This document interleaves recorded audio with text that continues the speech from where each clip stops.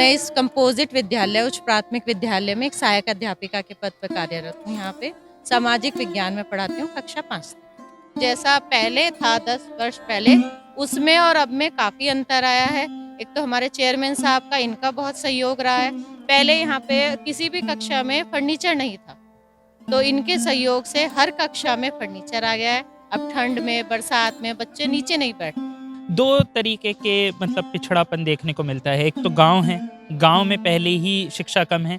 दूसरा ये है कि मुस्लिम बाहुल्य क्षेत्र है, मुसलमानों में वैसे भी शिक्षा पिछले कुछ मतलब देखा जाए तो आज़ादी के बाद से थोड़ा कम रही है। ये दोनों चैलेंजेस क्या आपके सामने यहाँ पर आए हैं? नहीं, दोनों चैलेंजेस थे यहाँ पे। आप ये देखो, मतलब अभिभावकों में शिक्षा के प्रति इतना कोई रुझान नहीं था।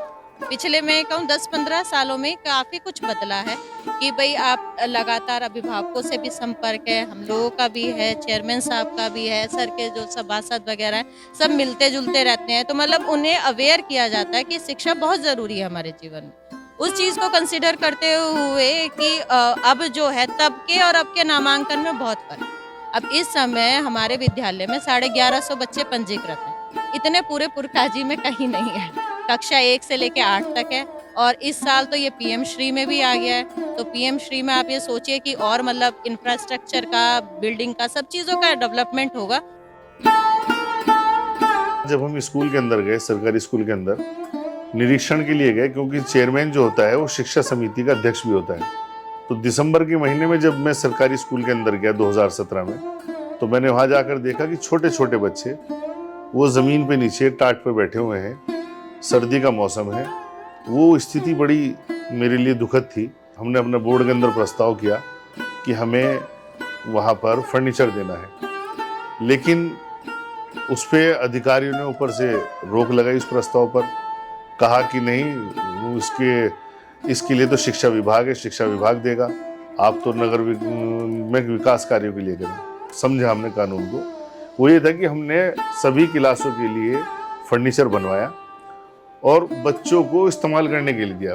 और प्रिंसिपल साहब को हमने लिख के दिया कि ये चीज़ें, ये जो फर्नीचर है नगर पंचायत पुरकाजी का है, मालिकाना हक नगर पंचायत पुरकाजी का है और आप वो इस्तेमाल करने के लिए दे रहे हैं। जो हमारा वहाँ पे एक बाथरूम है उसमें भी, और एक और बाथरूम हमारे यहाँ, उसके अंदर हमने महिला सैनिटरी पैड का भी मशीन लगाई हुई है, जिसके अंदर 5 रुपये का सिक्का डालते हैं तो सैनिटरी पैड आता है उसके अंदर से निकल के, और वो यूज़ के बाद में उसके अंदर पैड को डाल देंगे तो डिस्ट्रॉय हो जाता है। मुझ सहित पूरे पुरकाजी का दुर्भाग्य है कि पुरकाजी के अंदर आज तक भी कोई 10वीं तक का सरकारी स्कूल नहीं है। आज़ादी से पहले से नगर पंचायत पुरकाजी है।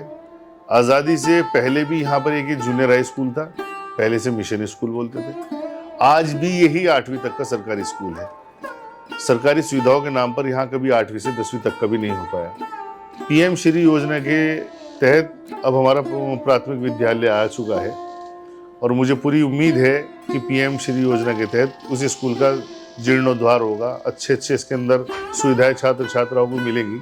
उसके साथ जो कॉलेज के लिए जो ज़मीन देने का प्रावधान है उसके लिए हम लोग आपस में कोशिश कर रहे हैं। बहुत जल्द इस कस्बे के लिए, कॉलेज के लिए ज़मीन देने का काम किया जाएगा।